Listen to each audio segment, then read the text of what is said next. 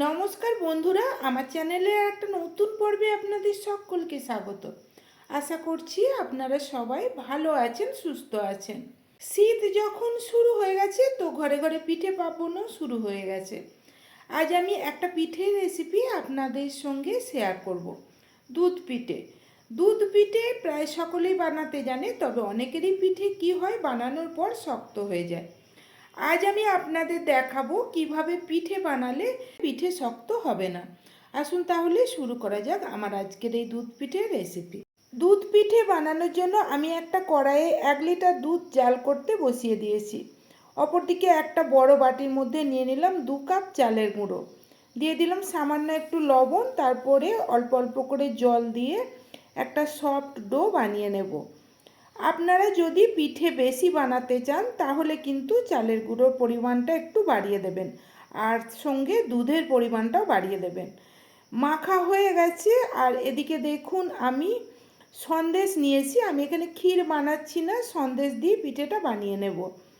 সন্দেশের পরিমাণও বলছি না, আপনারা আপনাদের হিসাব মতো সন্দেশটা নেবেন, কেননা কতটা চালের গুঁড়ো নেবেন সেই হিসেবে সন্দেশটা নেবেন।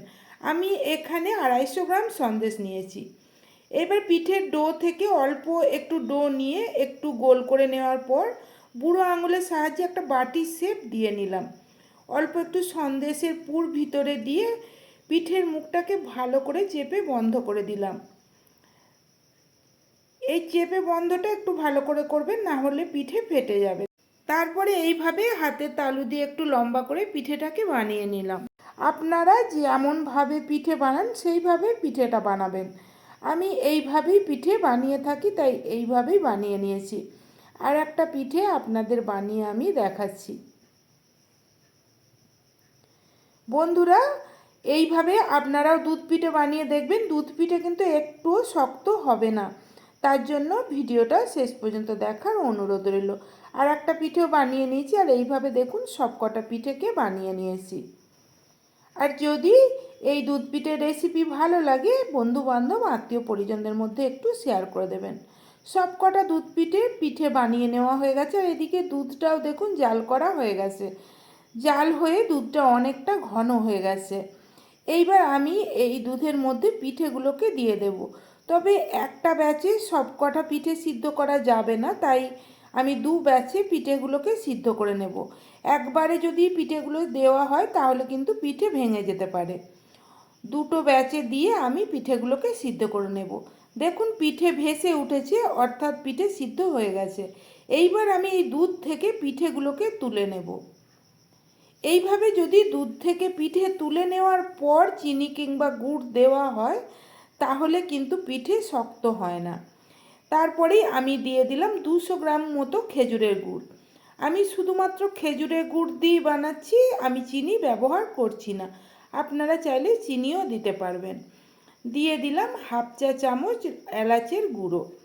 ভালো করে সব কিছুকে মিশিয়ে নিলাম। আর দেখুন গুড়টাও কিন্তু আমার গলে গেছে। এইবার আমি যে পিঠেগুলোকে তুলে রেখেছিলাম সেই পিঠেগুলোকে এই দুধের মধ্যে দিয়ে দেব। আপনারা যদি এইভাবে দুধ পিঠে না বানিয়ে থাকেন তাহলে পরবর্তীকালে এই রকমভাবে দুধ পিঠে বানিয়ে দেখবেন। দেখবেন একেবারে নরম তুলতুলে হয় দুধ পিঠের পিঠে। আর পিঠেগুলো দেওয়ার পর কিন্তু বেশিক্ষণ আর সিদ্ধ করলে চলবে না। 1 মিনিট মতো এটাকে ফুটিয়ে নিলেই চলবে, কেননা পিঠে তো আগে থেকেই সিদ্ধ হয়ে গেছে। আর এই দুধে যদি বেশিক্ষণ পিঠে সিদ্ধ করা হয় তাহলে পিঠেগুলো আবারও শক্ত হয়ে যাবে। দুধ পিঠে রেডি হয়ে গেছে, আমি গ্যাসটা অফ করে দিলাম। তাহলে বন্ধুরা, কেমন লাগলো আমার আজকের এই দুধ পিঠের রেসিপি? যদি ভালো লাগে বাড়িতে অবশ্যই এরকম করে বানিয়ে দেখবেন। বাড়িতে বানিয়ে থাকলে কমেন্টে আমাকে জানাবেন কেমন হয়েছিল। রেসিপি ভালো লাগলে লাইক করে বন্ধু বান্ধব আত্মীয় পরিজনদের মধ্যে শেয়ার করে দেবেন। আর আমার চ্যানেলটা প্লিজ সাবস্ক্রাইব করে দিয়ে পাশে থাকা বেল নোটিফিকেশান অল করে রাখবেন। সবাই ভালো থাকবেন, সুস্থ থাকবেন। ধন্যবাদ।